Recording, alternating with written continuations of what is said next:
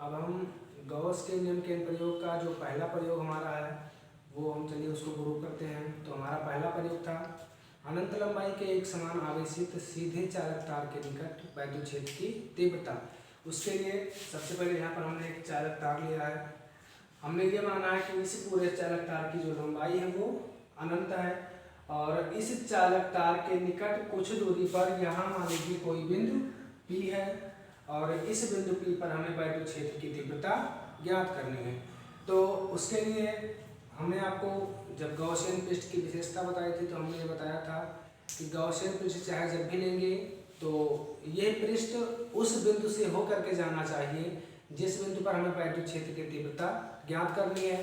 तो इसके लिए हम बिंदु P से होकर गुजरने वाला एक बेलनाकार पृष्ठ, यहाँ जो हमने इसको डॉटेड लाइन के द्वारा खींचा है इसको हमने काल्पनिक मान करके खींचा है।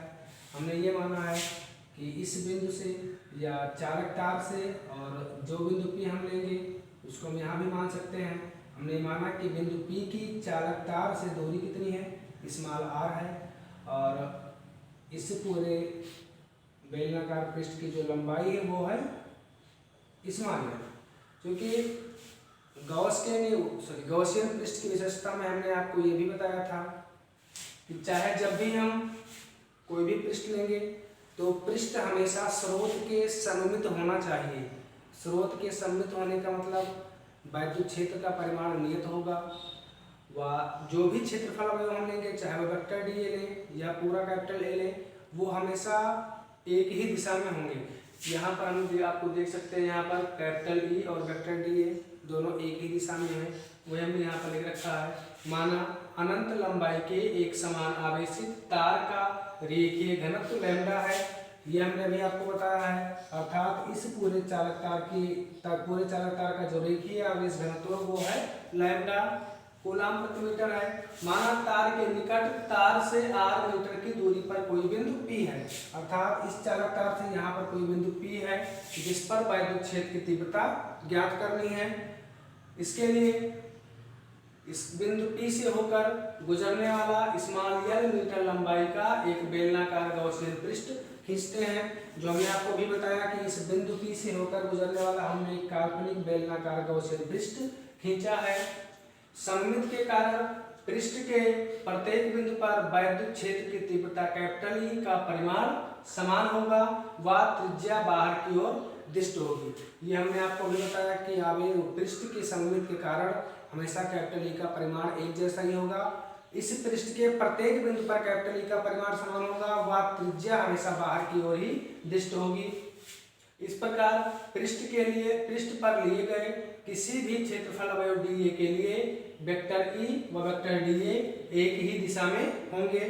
अतः क्षेत्रफल अवयव वेक्टर डीए से होकर गुजरने वाला कुल वैद्युत फ्लक्स का व्यंजक हम आपको पहले ही बता चुके हैं। अगर हम इस क्षेत्रफल अवयव डीए के लिए अगर हमको वैद्युत फ्लक्स निकालना हो तो कुल वैद्युत फ्लक्स डी फाई ई बराबर रेखीय समाकलन vector E into vector D A, या इसे हम चाहें तो ई into D A cos theta भी लिख सकते हैं।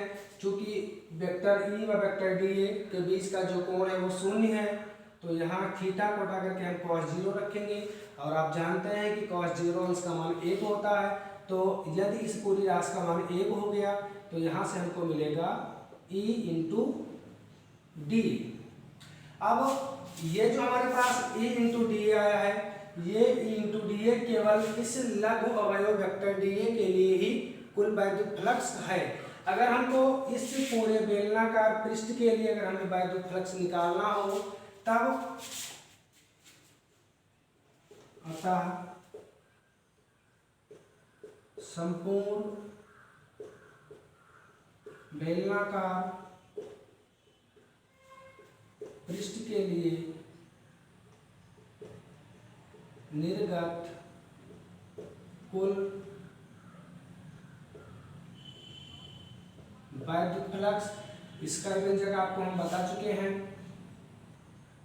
या हम इसे इस तरह भी लिख सकते हैं डी फाई बराबर integration E into D A बराबर integration A into D A cos 0 या ए इंटू डी ए। अगर हमको इस पूरे पृष्ठ के लिए निकालना होगा तो जितना वैद्युत फ्लक्स इस लघु अवयव का आएगा उसी वैद्युत फ्लक्स का हम पूरे पृष्ठ के क्षेत्रफल के लिए हम इंटीग्रेशन या समाकलन कर देंगे। तो अगर हम इस पूरे पृष्ठ के लिए निकालें तो फाई बराबर इंटीग्रेशन ए के सापेक्ष vector E into vector D A, क्योंकि हमने आपको अभी बताया है आवेश की सममिति के कारण प्रत्येक बिंदु पर या पृष्ठ के प्रत्येक बिंदु पर कैपिटल ई का परिमाण समान होगा। अगर कैपिटल ई का परिमाण समान होगा तो फिर इसे हम कांस्टेंट मान लेंगे।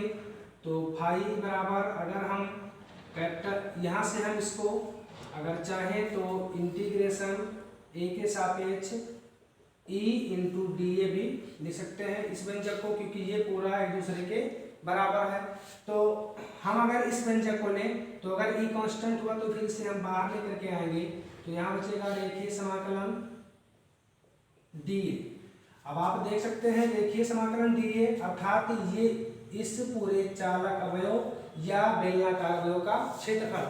तो बेलन का कुल पृष्ठीय क्षेत्रफल 2 पाई आर एल होता है, अर्थात रेखीय समाकलन ए के सापेक्ष जो डी ए का मान आएगा वो आएगा 2 पाई आर एल।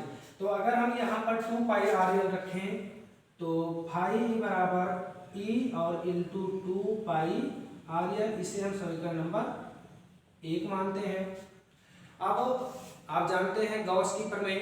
गॉस की प्रमेय का जो व्यंजक हमारे पास था वो था फाई ई बराबर क्यू अपान इप्सिलॉन 0। अभी हमने आपको रेखीय समाकलन बताया था, तो अगर हम रेखीय समाकलन रेखीय घनत्व बताया था, अगर हमको इस पूरे चालक तार के रेखीय घनत्व लैम्डा के लिए अगर हमको मान निकालना हो तो एक क्यू अपान एल हमें प्राप्त होगा। और अगर यहाँ से हम इस बेलनाकार अवयव के लिए क्यू का मान निकालें तो क्यू बराबर लैम्डा इंटू एल हो जाएगा। तो अगर हम चाहें तो इसे फाई ई बराबर क्यू का मान लैम्डा इंटू एल अपान इप्सिलॉन 0 यहाँ लिख सकते हैं आप क्यू बराबर लैम्डा इंटू एल। अगर हम इसे समीकरण नंबर 2 मान लें और अगर हम समीकरण 1 व 2 की तुलना करें, अर्थात समीकरण 1 व 2 से, तो आप यहाँ देख सकते हैं ये पूरा भी फाई ई का ही मान है, ये पूरा फाई सफिक्स ई का ही मान है। तो अगर ये भी फाई सफिक्स ई और ये फाई सफिक्स ई दोनों एक ही पृष्ठ के लिए हैं तो फाई सफिक्स ई ये और ये दूसरा फाई सफिक्स ई आपस में बराबर होंगे।